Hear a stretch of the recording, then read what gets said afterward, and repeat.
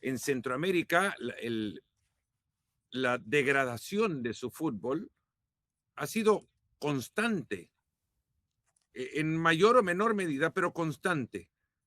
En Honduras, en Guatemala, el único que de repente ha logrado levantar la curva y con Luis Fernando Tena hacer otra cosa. En El Salvador, sobre todo, Costa Rica ha visto que se ha clasificado a uno de los últimos 6 mundiales sub-20, cuando antes era asiduo participante. Resultados inmediatos significa entrar al próximo mundial, pero eso no corrige los problemas de fondo. No, la verdad es que no, hay una, creo yo, habría que irlo identificando caso por caso, ¿no? En términos generales, creo que hay una falta de talento, no se está generando el talento suficiente, habrá que ver por qué en cada caso, ¿no? Por qué a Costa Rica le costó tanto trabajo el recambio de aquella generación histórica de Pinto de 2014, alcanzando los cuartos de final y acariciando inclusive la posibilidad de haber llegado a aquellas semifinales en el Mundial de Te están Brasil. A viendo, México le Ricardo. a México le pasa, bueno, a México le pasa algo similar igualmente, ¿no? En la detección, en la formación de su talento. Honduras hace mucho que dejó de ser ese equipo complicado de meterse a San Pedro o de ir a Tegucigalpa, tener que ganar un partido amistoso. Se terminó volviendo, no quiero decir un trámite, pero algo parecido. El Salvador terminó perdiendo partidos en el Cuscatlán en esta eliminatoria que uno pensaba iba a ser su fortaleza. Creo que tiene que ver con eso, con que primero no han podido generar el talento suficiente en sus distintas generaciones. No han acertado probablemente tampoco en la designación de entrenadores en los proyectos. Claramente el de Costa Rica, uno muy fallido con Miguel Herrera.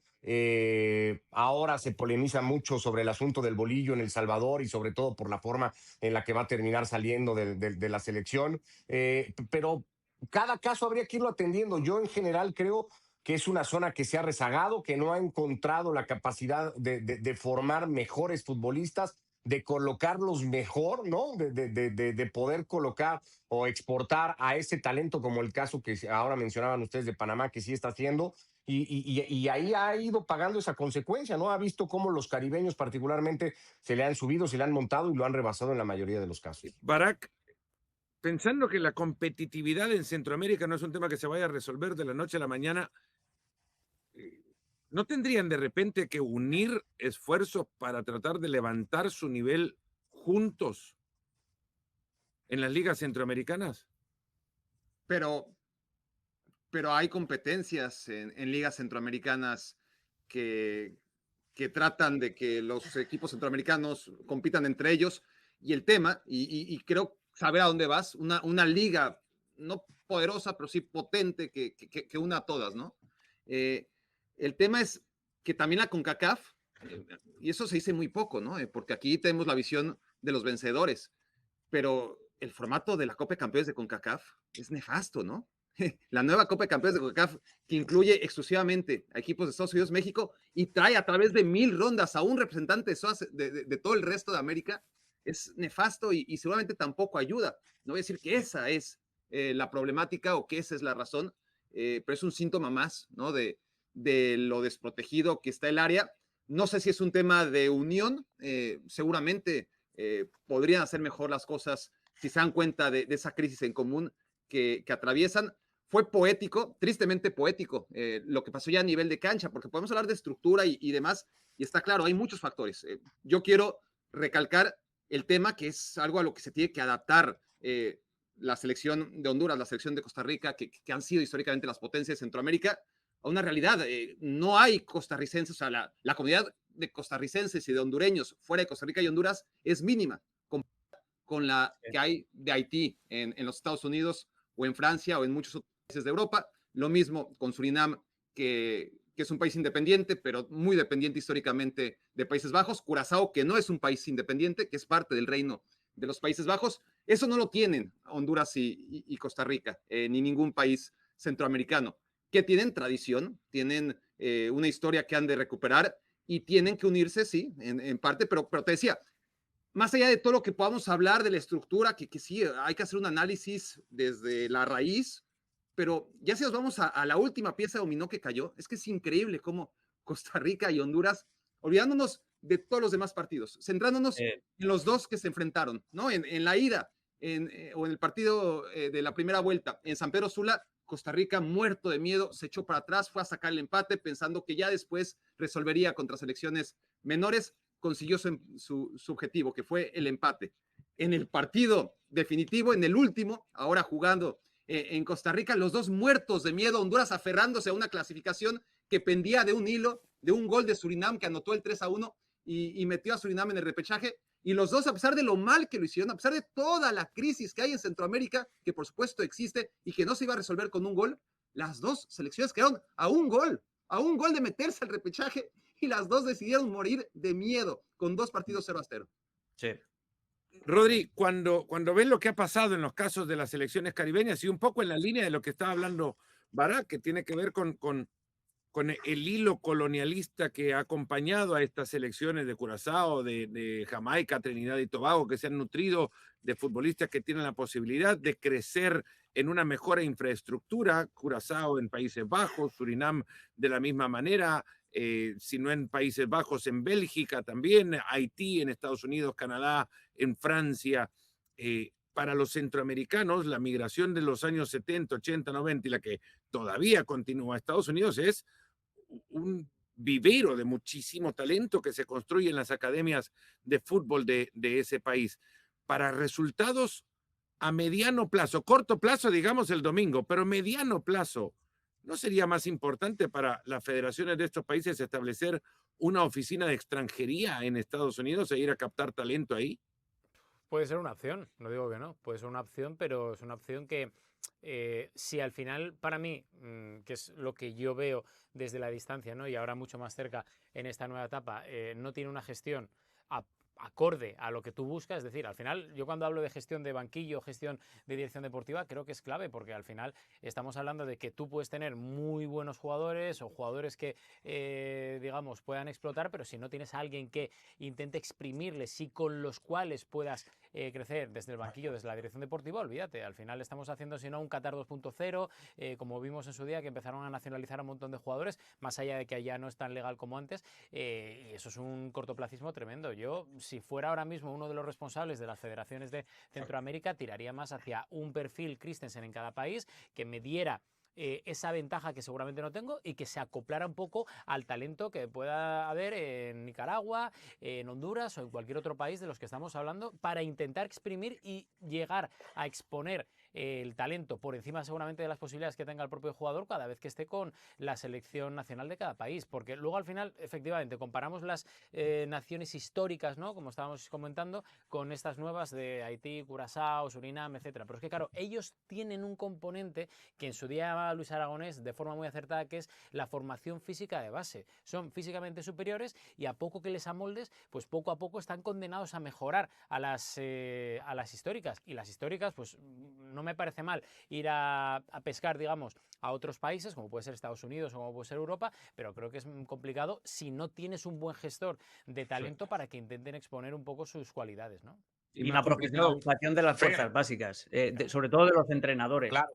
Si no tienes una estructura de entrenadores que puedan vivir de ello y que dediquen los 7 días de la semana a trabajar para el largo plazo, no vas a tener absolutamente nada. O vas a estar simplemente en manos de la generación espontánea de talento, pero no lo vas a poder pulir. Pero esas las conseguís, esas generaciones espontáneas nacen ahí donde también hay una estructura deportiva, porque no puedes esperar sacar futbolistas si no sacas deportistas primero. Donde no hay educación física, claro, no pretendan encontrar futbolistas. Aquí en México, les cuento el ejemplo de México, no sé si lo saben o no, pero México llevó a este último sub-20 3 futbolistas detectados bajo la gestión de Andrés Lilini, el responsable de las selecciones menores del fútbol mexicano, detectados en Estados Unidos, con formación en escuelas en Estados Unidos y que no han pisado México. Y los llevó Obed Vargas, por ejemplo, que ahora es incluso un futbolista de selección nacional del círculo de Javier Aguirre, muy buen futbolista. No ha pisado México, es un futbolista formado en el fútbol estadounidense con el Seattle Sounders y que ahora muy probablemente aparecerá en la Copa del Mundo. Guadalajara, con todo el tema de que tiene Chivas, de principios, de ideología, ha empezado a voltear al mercado estadounidense para ir ahí a captar talento de futbolistas que no pasaron en su formación por México, pero que la doble nacionalidad, ¿no? Les permite eso. México empieza a hacerlo con todos los problemas que también puede tener México, no tan profundos seguramente ni tan evidenciados como otras selecciones centroamericanas, pero México empieza a voltear. Ahora hay un chico en Noruega que juega en la tercera división noruega, que registra mejores números. Claro, la comparación es un poco así precipitada incluso, pero en la tercera división noruega a día de hoy, este chico mexicano tiene mejores números de los que tenía Erling Haaland en su momento compitiendo en esa tercera categoría noruega. A esa edad. Y, bueno, pero empieza a haber un seguimiento de ese chico que se fue a los 9 años con sus papás, por la razón que haya sido. Además, no te digo, conociendo como que ahora está en la tercera conociendo, división. y esto voy a caer en un pecado que yo me trato y voy a en algún momento a confesarme por ello, pero no quiero hacer periodismo de periodistas, pero si vos llegás y esto lo gritás en algún círculo de colegas en México, el peor daño que le pueden hacer a este chico es lo que acabas de decir, compararlo con Haaland, por ejemplo. Ya, bueno, pero es lo que está sucediendo. México, al final, a lo que voy, como resumen a lo que planteabas tú, México lo está haciendo. México está empezando a buscar a través de su federación talento fuera, particularmente. Vamos a las sorpresas y decepciones en un solo combo. Alex. Las sorpresas Curazao y Haití, sobre todo el tema de Curazao, que el partido... Nada me sorprende. El partido en Jamaica fue divertidísimo, pero fue divertidísimo. O sea, fue un partido de pura emoción, de muchos errores, no había centro del campo, o sea, íbamos de un área a otra, contraataques, 3 palos de Jamaica, un penal que el VAR lo echa para atrás en el tiempo añadido. Para mí la gran sorpresa es esa, que Curazao sea capaz de mantener ese resultado y pues eso, de clasificarse de manera directa y de enviar a Jamaica al repechaje. Y lo de Surinam, a pesar de no conseguir la clasificación directa, también tiene muchísimo mérito. Y lo de Haití son las sorpresas. Las decepciones ya las hemos nombrado. Costa Rica, yo creo que Costa Rica pierde, como ya dije la semana pasada, pierde la clasificación para el Mundial en 2 partes contra Haití, la segunda parte del partido en casa y la primera parte del partido fuera. Y lo de Honduras también, por lo que comentaba Barak. O sea, es ridículo ahora ver el partido otra vez ya con los resultados en la mano y ver a Mengíbar perder tiempo para intentar meterse en un repechaje estando en manos de otro partido que se estaba jugando a la misma hora. Él lo admitió, además ha dicho que cuando estaban 0-0 en el entretiempo les han dicho, esta ha sido la indicación. Y no sé, Alex, con un sí o un no, tácticamente ninguno de estos partidos te deja mucho, porque la realidad es que todos se juegan mucho más con el corazón. Se juegan con el corazón, con las piernas, y gana habitualmente el que tiene menos vértigo. Ricardo Puig, sorpresa y decepción. Los englobaría en el mismo grupo. Dentro de todo lo que ha representado el fútbol caribeño, me voy a quedar con Haití por las circunstancias en las que compite Haití, por no poder ser local en sus partidos, por los conflictos que vive el país, porque su técnico no ha pisado a Haití, no conoce a Haití y sin embargo así lo dirige y así ha sabido Sebastián Miñé captar talento, particularmente desde Francia, y ponerlos a jugar y amalgamar un equipo. Me quedo con Haití, dentro de todas las que podríamos escoger, porque caben todas, ¿no? En esa categoría, Curazao, Surinam igualmente. Y en ese mismo grupo de ahí tengo que sacar la gran decepción. Entre Honduras y Costa Rica me voy a quedar con Costa Rica por lo que representaba, por la expectativa que levantaba Miguel, por el discurso con el que llegó Herrera, muy echado para adelante, que creo que en ese sentido estaba bien. Creo que luego quiso ser demasiado protagonista, le faltó ser más pragmático, ser más práctico, pagó el precio, el derecho de piso. Miguel no había dirigido nunca eliminatoria en CONCACAF, que no se nos olvide, fue un mundial con México porque llegó a dirigir solamente el repechaje contra Nueva Zelanda después de aquel desastre clasificatorio de José Manuel de la Torre y después un par de partidos del Flaco Tena. Pero Miguel no tenía idea de lo que era la eliminatoria en CONCACAF y lo terminó demostrando y pagando. Me parece que es la gran decepción, la de Costa Rica. Barak, con todo de nuevo, la anticipación y expectativa que una categoría como esta me genera al preguntarle a alguien como vos, sorpresa y decepción.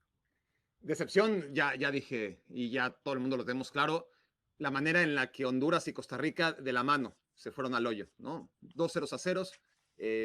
lamentable desde donde se le analice, tomando en cuenta la cantidad de boletos que había en CONCACAF, una competencia en la que no estaban las potencias México, Estados Unidos y Canadá, donde estaban llamadas a clasificar caminando si así era necesario, y muy, muy lejos estuvieron, siquiera de meterse al repechaje, ¿no? Ya no hablemos de la clasificación directa, sino al repechaje. Es un tremendo fracaso que, bueno, no puede pasar por alto, no solamente es una decepción, es un fracaso de los más grandes que se pueden analizar en cualquiera de las confederaciones, realmente. Ahora, claro, con cada fracaso hay por otro lado, hay un equipo que no veías venir, hay una sorpresa. Y mentiría yo, por lo menos, si no dijera que a Surinam, a Curazao, a Haití, no las descartaba de inicio, porque lo veíamos en las Copas Oro. Actuaciones competitivas, cuando menos, ¿no? Y todo lo que veníamos hablando. Ahora, Haití sí come aparte, por lo que dice Ricardo, en parte, ¿no? Porque es una selección que ni siquiera puede jugar en casa, no se puede vivir en Puerto Príncipe, desgraciadamente, no se puede vivir de manera medianamente estable en el día a día, y esta selección logró, sin ejercer la localía, clasificarse. Esta selección, a diferencia de Curazao y Surinam, cada una dentro de sus realidades, Surinam, dentro de sus 25 convocados, tiene a 4 jugadores nacidos en Surinam. Curazao, dentro de sus 25 convocados, solo uno nació en Curazao, que es Chong, el canterano del Manchester United. Mientras el más conocido de todos, además. ¿Cómo? Que podría llegar a lo Fellaini. Sí.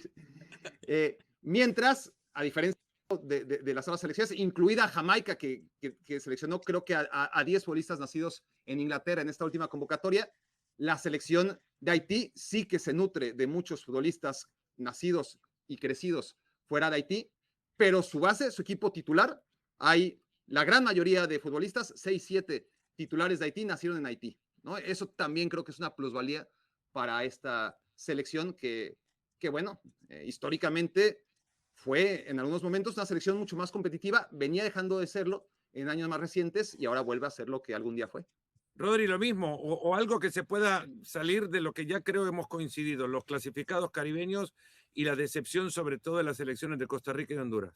Yo me quedo también con Haití por delante de Curazao, porque Curazao al final, lo que contabais, ¿no? Había mucha gente de fuera y muchos jugadores que ya veías que podían hacer ciertas cosas, pero Haití me quedo con esa selección. Y por cambiar un poco, porque al final no vamos a contar todos lo mismo, yo creo que hay dos matices importantes. En lo de Costa Rica, que estamos todos de acuerdo que es un trompazo tremendo, una decepción increíble, para mí un drama. Se habla mucho del Piojo Herrera, pero creo que también los jugadores tienen muchísimo que callar después de esta clasificación, de esta fase de calificación. Creo que han estado muy por debajo del nivel que se les exige. Hay gente que me da la sensación de que ciertos casos individuales están caducos por completo y que no han dado ese, seguramente, liderazgo que necesitaba Costa Rica en momentos clave. Y no se ha mencionado demasiado, pero creo que ha dejado ya una pequeña pista a Barak el tema de Jamaica. Jamaica, yo era una de las selecciones que creo que tendría que haber pasado sin problemas, y aunque luego se pueda meter por detrás, creo que Jamaica es una selección que tiene calidad, que tiene jugadores contrastados a nivel internacional y a nivel incluso de puesto por puesto, creo que tiene un equipo muy por encima de casi la mayoría, diría. Así que para mí también es una decepción que haya hecho esta fase de calificación.